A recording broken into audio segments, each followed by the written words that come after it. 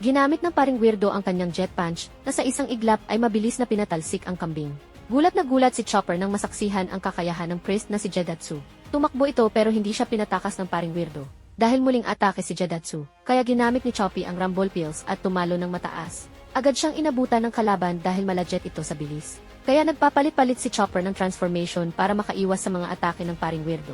Habang nahuhulog siya sa ere ay ginamit niya ang kanyang weak point at hinanap ang kahinaan ni Jadatsu. Hindi ito agad nakadepensa kaya nakatikim ito ng malakas na suntok sa kalaban. Walang silbi ang guard point ng ating bida sa bilis ng suntok. Nagkamalay na si Chopper at nakitang papalapit si Jadatsu.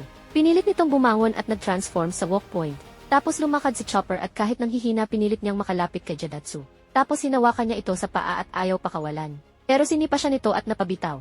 Kaya inatake si Chopper ng ulap at agaran siyang tumalon pataas. Hinabol siya ng paring weirdo pero nagpaikot-ikot ito dahil walang balanse sa pagkawala ng isang sapatos. Nagawa nitong makalapit kay Chopper at sinuntok ito. Pero daplis lang ang tama kaya nag-transform si Chopper sa arm point at pinatikim ang kanyang muscle sa paring weirdo.